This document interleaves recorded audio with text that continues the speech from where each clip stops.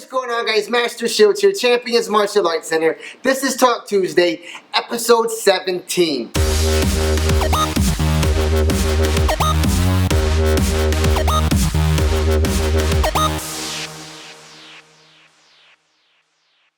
On today's show, we have three amazing questions. Game 7 of the NBA Finals, martial arts styles, and favorite pastime summer activity. First question, question number 1.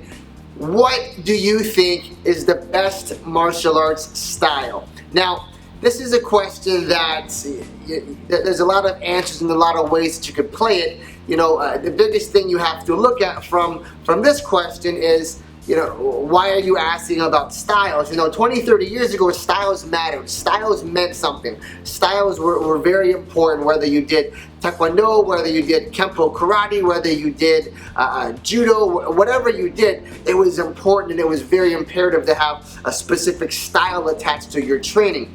Nowadays, I think it's different because people have different goals and people have different thoughts. And then from a parent's perspective, you don't really care if this is karate, kempo, it doesn't matter if it's taekwondo, it doesn't matter if it's jiu-jitsu. You want to know what's in it for my kid, how's my kid going to get better, how are they going to learn, how are they going to be safe. That's what's really important. And so you can almost rephrase the question as, what's the best form of self-defense? But that could be a different question at a later date. So in my opinion, there really isn't a perfect style, so to speak. I would say you want to find out what's the best fit for your child, the best fit for you. In my opinion, for kids, younger kids, I think taekwondo is a phenomenal learning experience because you're learning so many different things, from focus to all the life skills to the teamwork and all the different drills and things you're learning through your taekwondo training. From a self-defense perspective, I feel that Brazilian Jiu-Jitsu is probably one of the most effective, if not the most effective, form of self-defense that you could possibly learn. I believe it's like 90+% of all altercations go to the ground. So if you're limited to just one specific style, you're stuck. If you're just a kicker from a taekwondo background, what happens if I take you down to the ground? You're in trouble. If you're just a boxer, what happens if you go to the floor? That's where I think a lot of styles, in a sense, are flawed because they have only one thing they're limited to. In taekwondo, you don't really learn how to use your hands. That's not a very vital thing. It's all about kicking. Whereas in jiu-jitsu, there's not a lot of kicks or punches you're learning. You're learning everything on the floor. And so, in my opinion, I wouldn't pinpoint one specific style to be the ultimate style. I like having multiple styles. I've trained in martial arts for nearly 30 years now, and I've been teaching for almost 20. And I have, a good majority of my training has been with the taekwondo background. I love taekwondo because I've got great kicks and it teaches me how to be safe on my feet. But the minute I got taken down in a sparring match, I was completely out of my element. Insert jiu-jitsu. And so I think it's important to have Brazilian Jiu-Jitsu as a piece of the pie. Have a complete picture rather than just being one-dimensional. If you only are going to be a stand-up fighter, you're kind of in trouble because, again, a lot of fights go to the ground. You have to understand everything. I think Brazilian Jiu-Jitsu would teach a lot of hand-eye coordination, whereas Taekwondo teaches you different things about distance, but there's lots of other elements attached to it, from focus to discipline to teamwork to so many different things. And so I personally tell every single person that walks in our doors, do both programs. Have your kids do Taekwondo program and have them also do the Brazilian Jiu-Jitsu program, because you're going to have a very well-rounded child, and self-defense will be based in their back pocket because they know what to do in every scenario, in every situation. Question number 2. What are your thoughts on Game 7 of the NBA Finals? This was probably one of the most intense, insane NBA Finals that I've ever seen. It was just absolutely incredible. Just the back and forth. It was so close the entire game. I think it was, there was at one point there was about a 9 to 10 point spread, but that was it. And then they closed the gap, and then they went back up, and then they closed the gap, and maybe only 2 or 3 times when that actually happened. But you had where the team was just going so hard back and forth. They were so resilient, and they were so adamant that they were going to win. Both teams showed up and really did the best that they could. But at the end of the day, the Cleveland Cavaliers came out on top and they proved everybody wrong. And so I thought it was an absolutely incredible game. However, I don't like the way that all the media and all the attention went to LeBron. Whether you like LeBron or not, in my opinion, Game 7, the MVP should have been Kyrie Irving, not LeBron James. He's the guy that was hitting all the threes and was just doing incredible work. But you know, that's kind of what the media portrays Cleveland to be, is LeBron James's team. And so I think that was what wasn't cool. But I like to take all these different things that we watch on TV and game with this and really apply them to life and apply them to other situations. So, you know, going into the series being 3-1, statistically Golden State should have won. Statistically, all the odds were against Cleveland.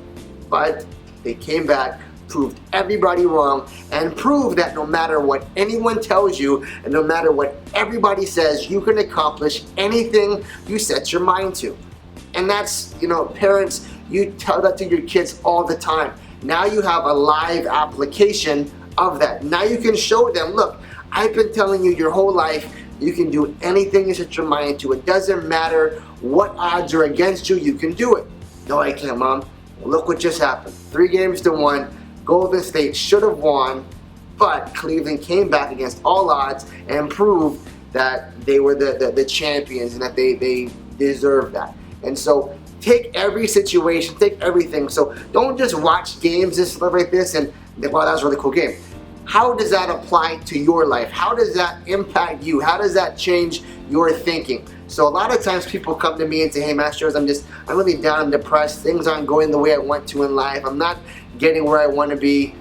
And they're looking at the odds and they're giving up based on the odds. If you go in there and say, hey, I don't care what's happening around me, I'm going to make a difference. I'm going to impact my circle, my family, and my surrounding and make a difference, you can do that because we just saw that happen. It's not impossible. So I want you guys to think that way. You know, if you're going through a hard time, if you're going through a rough situation, if statistically you shouldn't be where you want to be, if all the odds are against you, look what just happened. They came back. Cleveland came back 3-1, and they won and did something no other team in history has ever done, and they proved it's doable. You can do it, just like the Cleveland Cavaliers. Question number 3, what is your favorite summertime activity? You know, I'm going to give you guys my favorite activity, and I think you can have an absolute blast, have the best summer with your kids just by doing this. And so I call it Water Wars.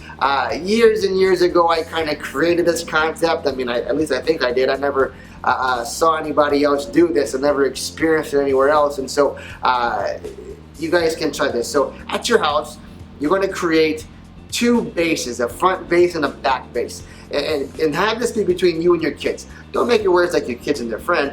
If your kid's friends wants to be a part of it, cool. Have them be on one team and now you be on the other team. And a lot of times parents let their kids go play and they just do whatever they want. This is a great way where you can have a blast with your kids, have the best time, and really experience a great summer by having some really fun games. So Water Wars, you have 2 bases. You have your hose in the front, you have your hose in the back. Get a bunch of buckets, water balloons, water guns. I personally like buckets and pots because you will get totally soaked. You, in my opinion, you will be more wet doing this than you would if you went swimming. And so fill up all your buckets with water, have the hose just fill those up, have the pots going and water balloons and so forth, and you're having water balloon fights. And what happens when the kids are looking around the corner of the house or the fence and you sneak around the other side, you can just dump buckets of water and just drench them, and they can do that to you. In my opinion, that was the absolute blast growing up playing with my parents and having Water Wars and just doing that, because I remember looking around the corner trying to find my dad, see what is he going to do, where is he at, and then literally, boom, I'm just soaked in water and I'm just like, wow, this was crazy. And then he runs back to the front. I have to go get my bucket of water, and best experience ever. And so if you want to create a very lasting, a life a life-lasting memory with your kids, have Water Wars. Play Water Wars with them. Have fun. Just do some really fun experiences. Have some great opportunities, and create something that they will cherish forever. I'll never forget that. I'll never forget Water Wars with my parents. That was just literally the best summer activity. I would do that over going to Wild Waves or going to any adventure, so to speak. That is the most fun I've ever had, and it was free. So give that a shot. Tell me how your summer goes. Let me know if that's something that's going to work for you, and let me know how much fun your kids have. Hey guys, I want to thank you for watching the show this week. It's an absolute honor to be a part of your life week in and week out. I absolutely look forward to Tuesdays to answering your questions. So we have a lot of questions that have been coming in. If we haven't got to your questions yet, I promise we will answer them. We're getting them as fast as we can. So you know how it goes. Until next week, guys, you keep asking questions and I will keep answering.